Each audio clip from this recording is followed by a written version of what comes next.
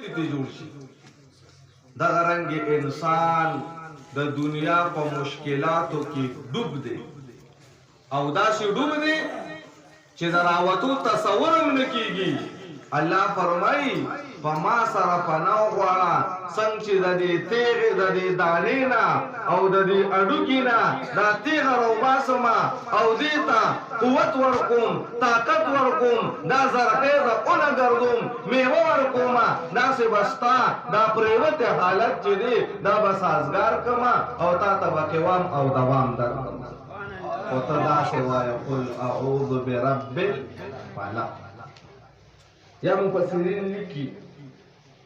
فلق دا په جهنم کې یو کنده ده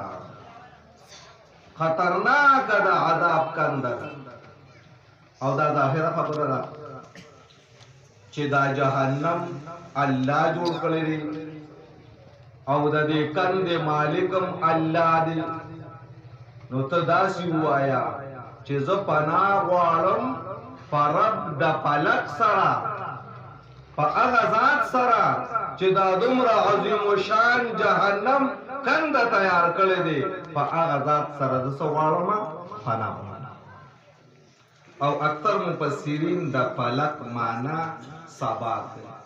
قل اعوذ برب الفلق پناه غواړم په رب د سبا سره تاسو توجه غواړم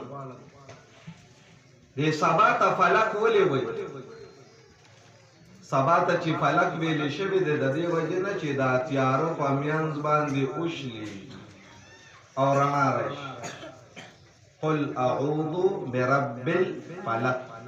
پناه غواړم په رب د سبا سره